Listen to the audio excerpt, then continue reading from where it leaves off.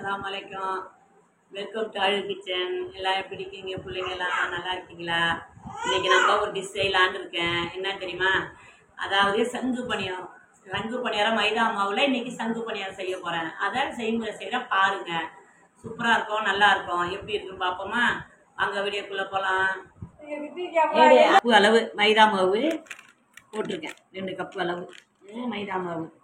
எண்ணெய் எடுத்துட்டு உப்பு கொஞ்சம் மிக்ஸ் பண்ணிப்போம். உப்பு இந்த அளவுக்கு உப்பு கொஞ்சம் போட்டுங்க. உப்பு போட்டுக்கிட்டு நல்லா பிசைஞ்சிங்க. நல்லா கலந்துட்டு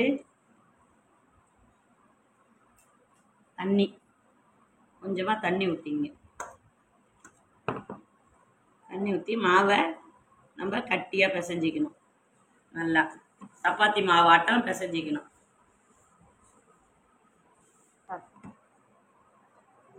மாவு இதை பிசைஞ்சிட்டேன். ஒரு 10 நிமிஷம் அப்படியே வச்சுருங்க. ஒன்றும் செய்ய வேணாம், சும்மா 10 நிமிஷம் மட்டும் அப்படியே மூடி வச்சுருங்க. ஒரு தட்டையை போட்டு. மாவு பாருங்கள் நல்லா சாஃப்டாகிடுச்சா? இது என்ன செய்யுங்க, நம்ம மாவை எடுத்து ஒரு பிசைஞ்சிட்டு ஒரு சின்ன சின்ன உருண்டையாக போட்டுங்க. இதை நம்ம சப்பாத்தி கட்டையில் வச்சு வளர்த்துறோம். இதை பாருங்கள், சப்பாத்தி கட்டையில் வச்சு இது பாருங்கள். மாவு கொஞ்சோண்டு மாவு மைதா மாவு எடுத்து நல்லா இதை இப்படி பண்ணிடுங்க. நம்ம இப்போ வளர்த்துறோம் இதை. மேஜில் உட்காந்து சொல்லி காட்டுறேன்மா, ஏன்னா முடியல அம்மாவால். அதனால தான், இல்லைன்னா நின்றுக்கிட்டே எல்லாத்தையும் செய்வேன். அதனால தான் இந்த பாருங்கள், சப்பாத்தி கட்டில் வச்சு நம்ம வளர்க்குறோம்.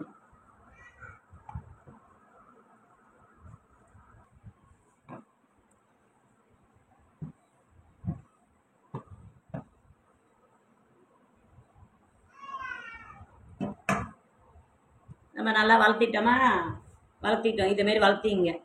இதுமாரி வளர்த்திக்கிட்டு இந்தமாரி கோடு போட்டுருங்க கத்தியால். இந்த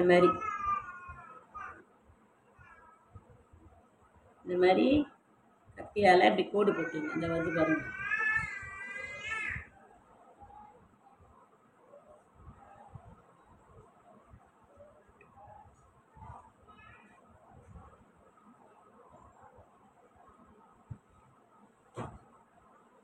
கட்டமாக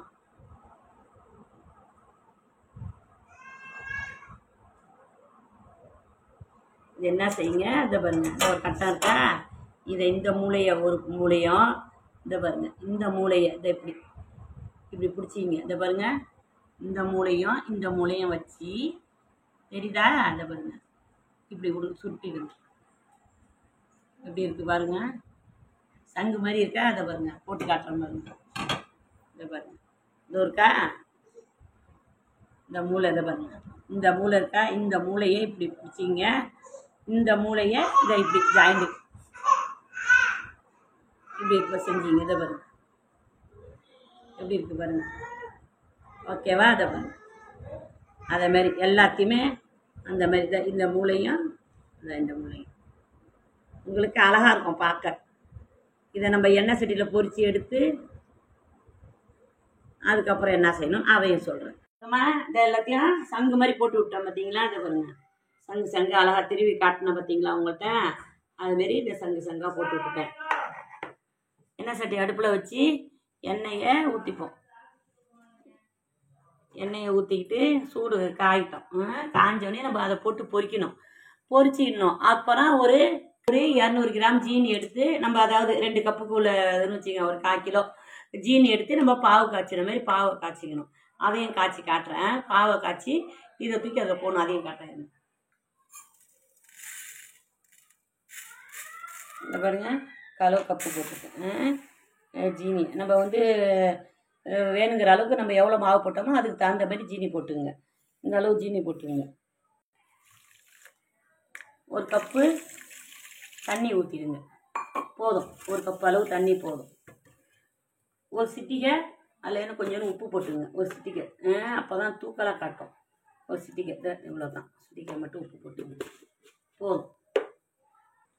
இந்த பாருங்க, இந்த எடுத்து வச்சுருக்கேன்னா இந்த பாருங்க, அப்படியே ஒன்று அப்படியே போடுங்க எண்ணெயில்.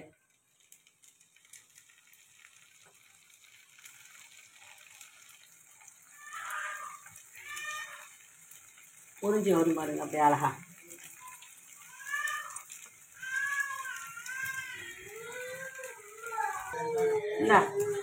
இந்த பாருங்க நல்லா இதை பாருங்க. இந்த மாதிரி கொஞ்சம் ப்ரௌன் கலர் வந்தோடனையும் அழகா இப்படி எடுத்து நல்லா போட்டுருங்க. ஒரு ஏனத்தில் போடுங்க. அதே மாதிரி எல்லாத்தையும் போட்டு நம்ம எடுத்துப்போம் ஃபஸ்ட்டு. இந்த சீனியும் தண்ணியும் வச்சுருக்கோம் பார்த்தீங்களா, அதை வந்து நம்ம காய்ச்சுவோம். என்ன கொஞ்சம் காய்ச்சிட்டு இருப்போம். அது வேணா ஒரு ரெண்டு ஏலக்காய் சும்மா வாசத்துக்கு. இந்த ரெண்டு இதை பாருங்க, ரெண்டு ஏலக்காய் தான். ரெண்டு ஏலக்காய் மட்டும் அதில் போட்டுங்க. ரொம்பலாம் போடுறாங்க, வாசத்துக்கு தான். அதான் கொதிக்கிட்டோம், கிண்டுவோம். நம்ம கிண்டிட்டு அதை பாவு வரட்டும், கொதிக்கிட்டோம். அதுக்காட்டி நம்ம இதை பொரிச்சு எடுத்துருவோம். இதை பொரிச்சு எடுத்துருவோம். இதை பொரிக்கணும். இது எண்ணெய் சட்டில் பொரிச்சு எடுத்துருவோம். பொரிச்சு எடுத்துக்கிட்டேன் எல்லாத்தையும்.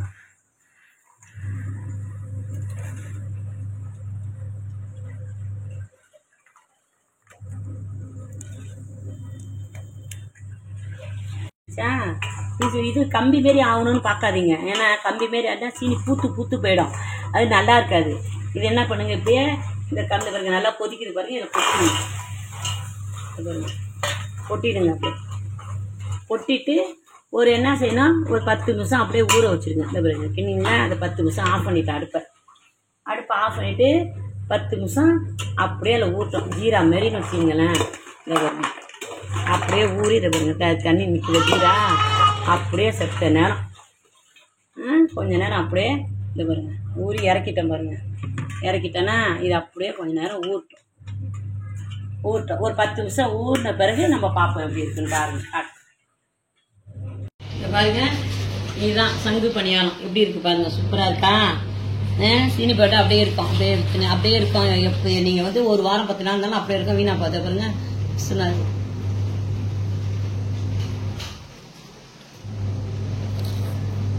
சூப்பராக இருக்கும். சாப்பிட்டு வாங்க, இனிப்பாக இருக்கும். சாப்பிட்டு பாருங்க.